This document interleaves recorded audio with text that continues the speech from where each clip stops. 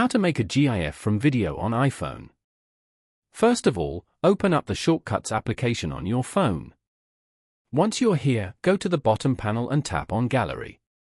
On this page, go to the search bar and type in GIF. Tap on Make GIF from the results.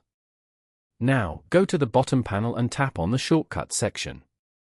Here, tap on Make GIF as shown. Choose the video you want to make the GIF from. And then, edit the video length for the GIF over here. After that, tap on Save. Here, tap on Done.